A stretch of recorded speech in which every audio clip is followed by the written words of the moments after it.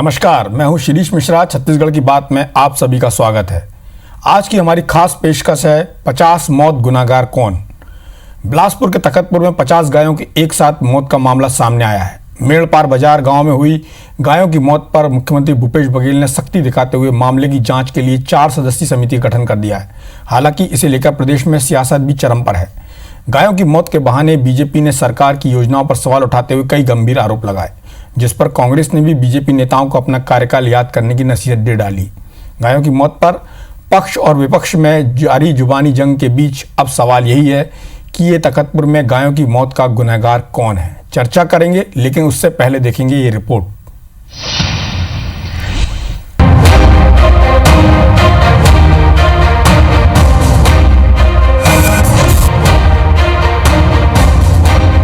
बिलासपुर जिले के तखतपुर इलाके में 50 गायों की मौत हो गई। तखतपुर से लगे मेड़पारा बाजार गांव के पुराने पंचायत भवन में करीब 100 गायों को रखा गया था, जहां 50 गायों की मौत हो गई। मौत के कारणों का फिलहाल पता नहीं, लेकिन कयास लगाया जा रहा है कि सभी गायों की दम घुटने से मौत हुई है। मौत की खबर सामने आते ही जिम्मेदार एक्शन में आए और मामले में संज्ञान लेते हुए तुरंत जांच करने की बात कही। वहीं कृषि मंत्री रविंद्र चौबे ने घटना को दुखद बताते हुए तत्काल सरपंच, सचिव और जनपद सदस्य के खिलाफ एफआईआर दर्ज करने का आदेश दे दिया। बहुत दुर्भाग्यजनक घटना है।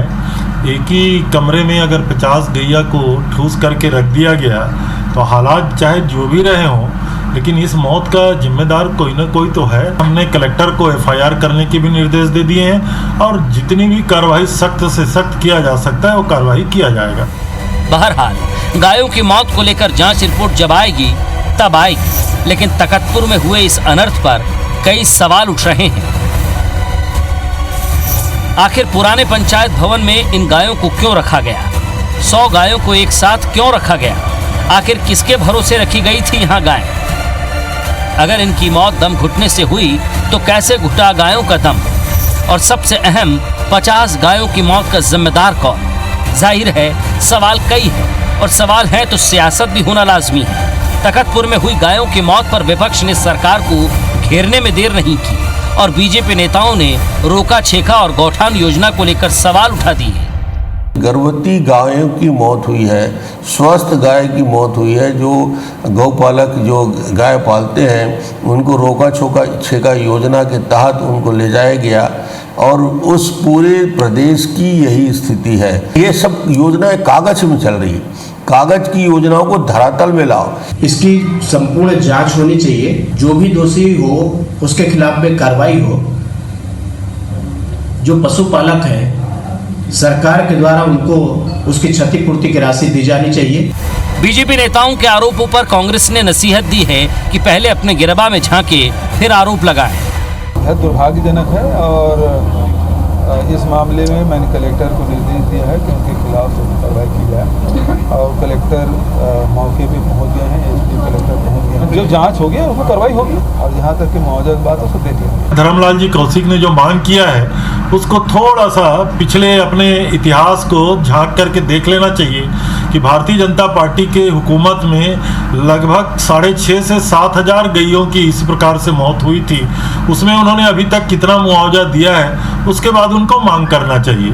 50 गायों की मौत पर सियासत और आरोप प्रत्यारोप को थोड़ी देर के लिए किनारे कर दें तो तखतपुर के भवन में जो हुआ वो आंखें खोल देने वाला है, सरकार के लिए भी और गौ भक्तों के लिए भी।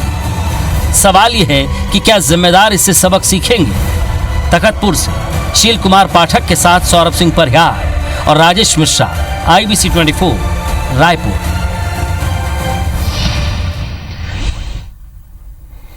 चलिए, गाय के बहाने ही प्रदेश में एक नई तरह की राजनीति शुरू हो गई है। पहले गोधन को लेकर राजनीति हुई, ट्विटर वार चला। अब चूंकि 50 गायों की मौत हो चुकी है, ऐसे में लाजमी है कि विपक्ष को एक मुद्दा मिल गया है। डॉक्टर रमन सिंह ने 3.5 मिनट का एक वीडियो जारी किया। उन्होंने 50 सवाल खड़े किए और गौ हत्या के बारे में उन्होंने जो पाप के बारे में भी बात की है। इन सब विषयों पर बात करेंगे और इन सब विषयों पर बात करने के लिए हमारे साथ कांग्रेस से महंत राम सुंदर दास जी हैं, जो हाल ही में गौ सेवा आयोग के अध्यक्ष बने हैं। साथ में चंद्रशेखर साहू जी हैं, जो पूर्व कृषि मंत्री हैं और भारतीय जनता पार्टी के नेता हैं और भारतीय जनता पार्टी का पक्ष रखेंगे। चर्चा शुरू करूं उसके पहले बताना लाजमी है कि भारतीय जनता पार्टी के कार्यकाल में भी जो अलग अलग गौशालाएं थी उनमें भी बड़े संख्या में गायों के मरने की खबरें आई। बेमेतरा हो, बेरला हो, बलौदा बाजार हो, सूरजपुर हो, अंबिकापुर हो। और ऐसी स्थिति में अब भारतीय जनता पार्टी को एक मौका मिला है कांग्रेस पर हमला करने का, जिसके बहाने उन्होंने रोका छेका योजना पर भी जो स्कीम शुरू होने वाली है उस पर भी उन्होंने प्रहार किया है। पर सवाल ये नहीं है, सवाल ये है कि मुख्यमंत्री जी ने और जो कृषि मंत्री हैं रविंद्र चौबे, दोनों ने साफ गोई से इस बात को दुर्भाग्यजनक बताया है और साथ में ये भी कहा है कि इतनी छोटी जगह पर इतनी सारी गायों को नहीं रखा जाना चाहिए था। जहाँ तक मुआवजे की बात थी वो भी उन्होंने क्लियर किया सीएम ने कि उस पर विचार करेंगे। और चंद्रशेखर साहू जी ने रविंद्र चौबे जी ने ये बोला है कि जो धर्मलाल कौशिक जी का कहना है वो पूरी तरह से राजनीति दिखाई देता है। तो सबसे पहला सवाल महंत राम सुंदर दास जी आपसे। महाराज जी, आप नए गौ सेवा आयोग के अध्यक्ष बने हैं और जहाँ तक मुझे याद है आप जोगी सरकार के कार्यकाल में भी गौ सेवा आयोग के अध्यक्ष रह चुके हैं। इस पूरी घटना को आप कैसे देखते हैं और सरकार को क्या सलाह देंगे ताकि ऐसी घटनाओं की पुनरावृत्ति ना हो सके?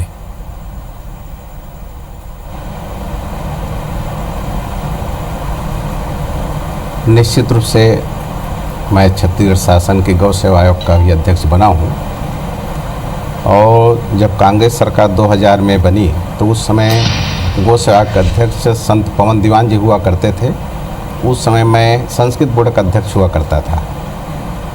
और अभी जो घटना घटी है निश्चित रूप से यह बहुत दुखद है।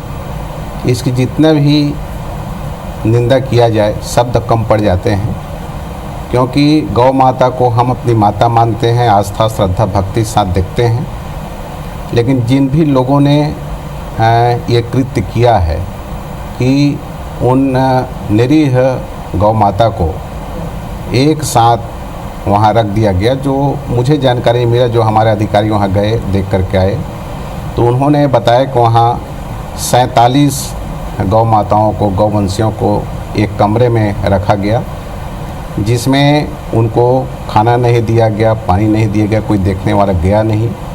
और वहाँ हवा आने जाने का भी कोई व्यवस्था नहीं था, जिसकी वजह से घुटन की वजह से 44 हमारे गौ माता काल कलवित हुए हैं और 3 हैं उनका उपचार चल रहा है। तो ये अभी वहाँ से संदेश मिला है। तो निश्चित रूप से यह अमानवीय कृत्य है और जो भी इस घटना को किए हैं, अंजाम दिए हैं, छत्तीसगढ़ शासन के सम्मान्य मुख्यमंत्री जी ने, कृषि मंत्री रविंद्र चौबे जी ने उनके ऊपर एफआईआर दर्ज करने का, जांच का कार्रवाई करने का निर्देश जारी किया है और 3 लोगों के प्रति एफआईआर दर्ज हो भी गया है इस मामले में। ये अभी तक की जानकारी है। महंत राम सुंदर दास जी, पूर्व मुख्यमंत्री डॉक्टर रमन सिंह ने कुछ सवाल खड़े किए और कुछ सुझाव भी दिए, अच्छे सुझाव हैं उनके, आपको ही बताना चाहूँगा। हालांकि वो पूरा वीडियो हम प्ले नहीं कर सके। उनका कहना है कि यदि ऐसी योजना लागू की जा रही है तो उसके लिए बाकायदा ट्रेनिंग दी जानी चाहिए, उसके लिए एक प्रारूप बनाया जाना चाहिए और जो निचले स्तर पर जहाँ पर इन गायों को रखा जाता है उन लोगों को इस बात की ट्रेनिंग दी जानी चाहिए कि कैसे रखा जाए इसको और कैसे उनकी सेवा की जाए जो गायों को वहाँ तक लेके आते हैं। तो इनको तो पहले कांजी हाउस में रखा जाना चाहिए था और ले जाके उनको पंचायत भवन में रखा गया। तो क्या आप सरकार को ऐसी कोई सलाह देंगे कि इसके लिए बाकायदा ट्रेनिंग हो और जो पंचायत स्तर पर जो लोग इस काम में शामिल हैं या जहाँ जहाँ पर इस योजना को चलाया जा रहा है प्रदेश में, चाहे शहर में चाहे ग्रामीण इलाकों में, उसके लिए कुछ ट्रेनिंग वगैरह या कुछ इसके लिए कोई मापदंड या कोई इसके लिए नियम कानून शर्त कुछ ऐसी बनाएंगे ताकि इस योजना को ढंग से लागू किया जा सके? जैसा कि डॉक्टर रमन सिंह बोल रहे हैं कि ये कागजी योजना है, धरातल पर नहीं उतर रही है, तो वो स्थिति ना बने उसके लिए आप क्या करेंगे?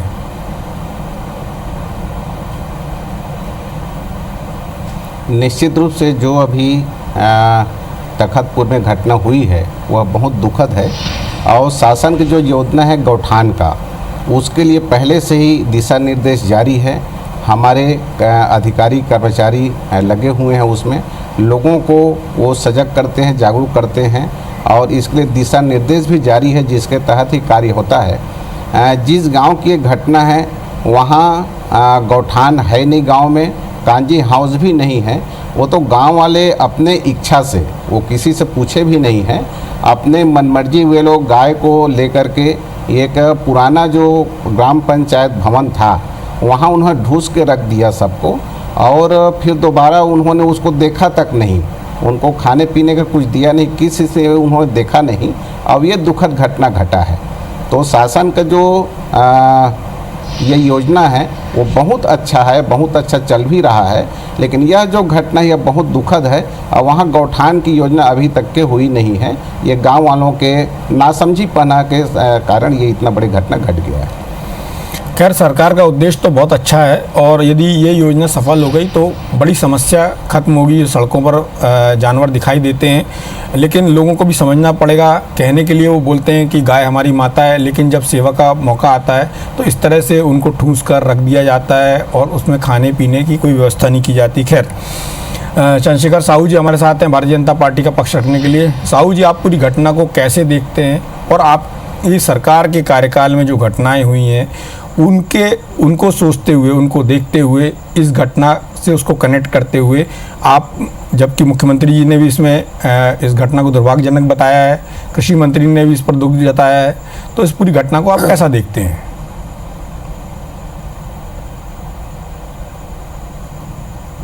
सबसे पहले शिरीष जी, मैं राजश्री महंत राम सुंदर दास जी का अभिनंदन करूंगा, उनको प्रणाम करना चाहूँगा। गौ माता को प्रणाम कर रहा हूँ, और इतनी बड़ी तादाद में काल कवलित हुए हैं गौ माता के गौपालकों को भी मैं उनके साथ उनकी भावनाओं को भी कद्र करना चाहूँगा। और केवल एक पक्ष ही नहीं, पूरे किसानों का, पशुपालकों का पक्ष में आपके सामने रखने की कोशिश करूँगा शिरीष जी। पहली बात तो ये जो ग्राउंड रिपोर्ट आई है, मेड़पार बाजार एक आदिवासी बहुल गांव, वहाँ की जो सरपंच है, महिला सरपंच, वो भी आदिवासी। जो भी काम होता है सब ग्रामवासियों के सामूहिक प्रयत्न से होता है। और यदि वहाँ पर गोठान बना होता तो शायद ये नौबत नहीं आती। आप केवल सरपंच को, सचिव को और वहाँ के जो जनपद पंचायत के सदस्य हैं उसको जवाबदेह ठहरा के उस पर एफआईआर करके अपने कर्तव्यों का इस्तीश्री कर रहे हैं। ये ज्यादती है उन लोगों पर, ग्रामीणों पर और ग्रामवासियों पर, जो सचमुच में वहाँ से नीचे जनता से चुनकर आए हैं। उनकी गलती भी हो सकती है, लेकिन आप अपने जवाबदारी से, जिम्मेदारी से मुकर नहीं सकते। कृषि मंत्री जी कह रहे हैं कोई न कोई जवाबदार होगा। मंत्रालय क्यों जवाबदार नहीं है? सरकार क्यों जवाबदार नहीं है? कलेक्टर क्यों जवाबदार नहीं है? वहाँ का सीओ क्यों जवाबदार नहीं है? मनरेगा का पैसा वहाँ पड़ा हुआ है, करोड़ों रुपया, 40 करोड़ से ऊपर, आपने क्यों नहीं वो गौठान बनाया? आपके कार्य योजना में है कि हम इतने 1000 गौठान बनाएंगे, क्यों नहीं आपने रोका? वहाँ पर आदिवासी गांव है, आपकी चिंता क्यों नहीं है? ये सब केवल प्रलाप करने की बात है। बहुत दुखद घटना है, त्रासदीदायक है, बहुत अमानवीय है, सारा चीज़ है। हम लोग भी सभी चिंतित हैं, लेकिन ये कह देने से कि पिछले कार्यकाल में इतने 1000 गाय और इतने 1000 मवेशी जो है मारे गए, मैं पूछता हूँ आपके पास आंकड़े कहाँ से आए हैं? 6000 7000 की बात करते हैं आप। मैं भी कृषि मंत्रालय का दायित्व संभाला हूँ। मैं समझता हूँ कि ये एक प्रकार से फर्जी आंकड़े हैं जो आप कह रहे हैं। ये सरकार कटघरे में है इस विषय को लेकर, और इसको इस पूरे देश में हमारे जनभावनाओं को ठेस पहुँचा है। और आपकी योजना पर इसीलिए प्रश्न चिन्ह लगाया जा रहा है। आपकी योजना पर हम प्रश्न चिन्ह लगा रहे थे, लेकिन इस घटना ने, इस प्रकार के जो स्थिति परिस्थिति पैदा हुई, इसने एक क्वेश्चन मार्क खड़ा किया है आपकी योजनाओं पर। आपकी मंशा पर भी एक क्वेश्चन मार्क किया है। आप यदि कलेक्टर को निर्देश देते हैं तो कलेक्टर की भी जवाबदेही तय करिए, सीओ की जवाबदेही तय करिए, प्रशासन की जवाबदेही तय करिए।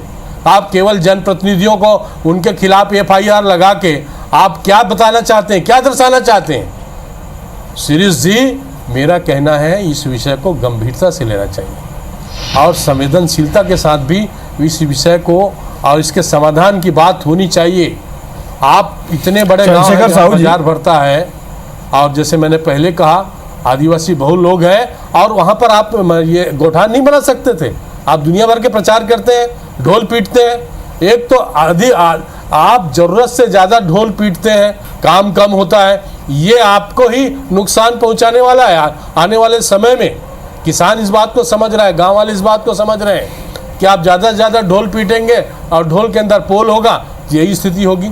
और वहाँ पर आपको मैं एक बात मुझे समझ में आती है श्रीष जी, एक विषय है कि जहाँ यदि अधिक गाय का वहाँ पर गोबर निकला तो उससे मीथेन गैस पैदा होता है, और मीथेन गैस हमेशा एक प्रकार से एक बहुत विषैला भी हो सकता है वो, और इसी कारण जैसे दम घुटने की बात हो रही, मीथेन गैस के लगातार वहाँ पर रिसने से, पैदा होने से गाय एक साथ मर गई और आप कुछ व्यवस्था नहीं कर सके।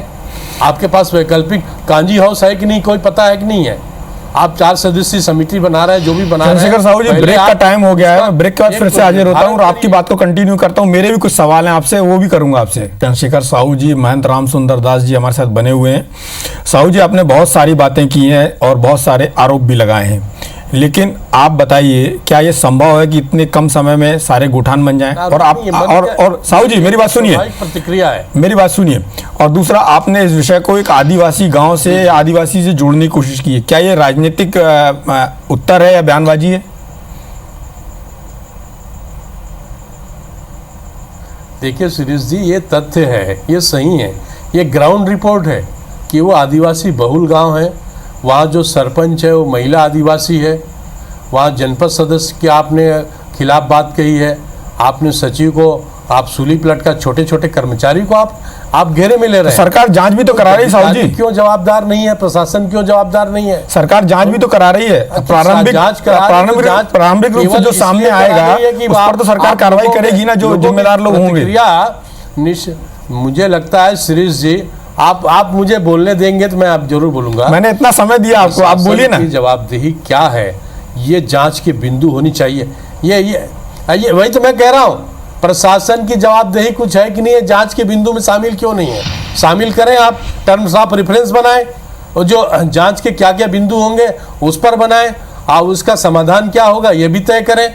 आप ये मुआवजा की बात यदि आप अभी कह रहे हैं आप नहीं करेंगे या करेंगे, लेकिन जो पशुधन ये बीमा योजना है वो बीमा योजना क्यों लागू नहीं है, इसकी भी आप जवाबदेही तय करें। बीमा योजना का लाभ उन पशुपालकों को मिले। इस घटना के बाद निश्चित रूप से उस पूरे इलाके में, पूरे प्रदेश में लोगों की भावनाएं आहत हुई है, और पशुपालकों को जो दुख पहुंचा तो है ही। वहाँ गर्भवती और गाभिन गाय थी, किसी का दूध वहाँ पर निकल रहा था, सारी चीज़ें हैं। आपको कोई देखने की फुर्सत है कि नहीं है? ये मुझे कहना मतलब ये है कि आप ज़्यादा से ज़्यादा ढोल पीटते हैं, उसके कारण बहुत सारी दिक्कत आती है। मेहरबानी करके इस विषय को भी एक सही परिप्रेक्ष्य में देखें, और इसका निदान भविष्य में ऐसा पुनरावृत्ति ना हो कि हमने पिछले 5 साल में क्या किया, पिछले 10 साल में क्या किया। ये कहने के बजाय आप अपनी जवाबदेही निभाएं, ये मेरा विनम्र निवेदन है, ये मेरी प्रार्थना है। और गौ माता के तो हम लोग भक्त हैं, और स्वयं साहू जी आपकी बात पर मैं महंत राम सुंदर दास जी का पता है, जवाब ले लेता हूँ। महंत जी जी राम सुंदर दास जी से पूछिए।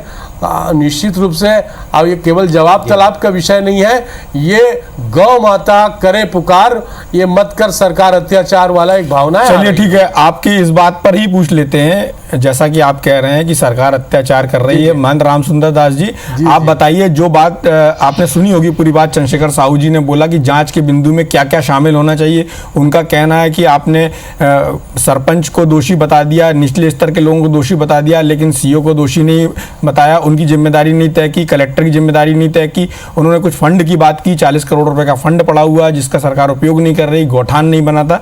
तो इतनी सारी बातें उन्होंने की हैं, और उनका कहना है कि इनमें से बहुत सारी बातों को जांच के बिंदु में शामिल किया जाना चाहिए। क्या आप ऐसा मानते हैं? और दूसरा, जो उन्होंने मुआवजे की बात की, चूंकि आप गौ सेवा आयोग के अध्यक्ष हैं, तो आप क्या सरकार को सलाह देंगे या अनुशंसा करेंगे कि उनको, जो गौपालक हैं, उनको उसका मुआवजा मिल सके?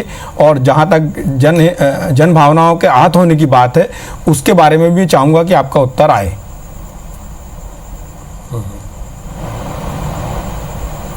निश्चित रूप से पुनीत जी, शिरीष मिश्रा, तखतपुर में घटना हुआ है गौ माता के साथ, वह बहुत ही दुखद है, और जितना उसकी भर्त्सना किया जाए, निंदा किया जाए, वह कम ही है। लेकिन मैं आदरणीय चंद्रशेखर साहू जी से यह आग्रह करना चाहूँगा कि वो स्वयं कृषि मंत्री रह चुके हैं, पशुपालन मंत्री रह चुके हैं जी। और बहुत अच्छा वो भी व्यवस्था किए थे, इसमें कहीं कोई बात नहीं है। लेकिन मैं उनसे आग्रह यह करना चाहूँगा, यह जो घटना हुआ है तखतपुर में, यह बहुत दुखद है, लेकिन इसमें राजनीति न करें। जितने भी गौ भक्त हैं सब के सब आहत हैं इस घटना को लेकर के। जहाँ तक गौठान बनाने की बात है, पूरे छत्तीसगढ़ में 20,000 ग्राम पंचायतें हैं, उसमें 2,500 में अभी गौठान स्वीकृत हुआ है, जहाँ कार्य पूर्ण भी हो गया है, जिसमें गोधन न्याय योजना के तहत कार्य प्रारंभ भी हो गया है। उस गांव में भी गौठान बनता, आगे बनेगा भी, लेकिन आज तारीख वहाँ गौठान नहीं है, वहाँ कांजी हाउस भी नहीं है। तो गांव वाले विशेष रूप से उसमें सरपंच, जनपद सदस्य और वहाँ का ग्राम पंचायत का सचिव, ये लोग आपस में तय करके गाय को ज़बरदस्ती लेकर के वहाँ रखे पुराने ग्राम पंचायत में। उस ग्राम पंचायत में उतना जगह भी नहीं था। बताया गया कि वहाँ कुल 47 गौवंशियों को रखा गया, जिसमें से 44 का काल कलवित हुए हैं, 3 अभी बच्चे हैं, अस्वस्थ हैं, उनका उपचार डॉक्टरों द्वारा किया जा रहा है। ये वहाँ की स्थिति है। इसको आदिवासी हैं या कौन है इस रूप में न देखा जाए, क्योंकि उन्होंने चूक किया, यह मानवीय चूक है। यदि वो गौ माता को एक ही कमरे में नहीं रखे होते तो निश्चित है कि आज गौ माता हमारे बीच में होती। मैं व्यक्तिगत रूप से बहुत दुखी हूँ इस बात से, क्योंकि गौ माता को हम माता मानते हैं, सारे देवी देवता गौ माता निवास करते हैं, ऐसा हम लोग मानते हैं। ये हमारी आस्था है, श्रद्धा है, और इसमें राजनीतिक बात नहीं होनी चाहिए। जो भी चूक हुई है उसको सुधार करने के विषय में प्रयत्न करना चाहिए। और छत्तीसगढ़ की सरकार बहुत अच्छे ढंग से गौठान की योजना, गौ धन न्याय योजना, महंत जी, हमारे कार्यक्रम खत्म करने का समय हो गया है। आप लोग ने चर्चा में भाग लिया और नहीं है। जो बातें चंद्रशेखर साहू जी ने की हैं उसमें से जो बातें गैर राजनीतिक हैं उन पर सरकार विचार करे।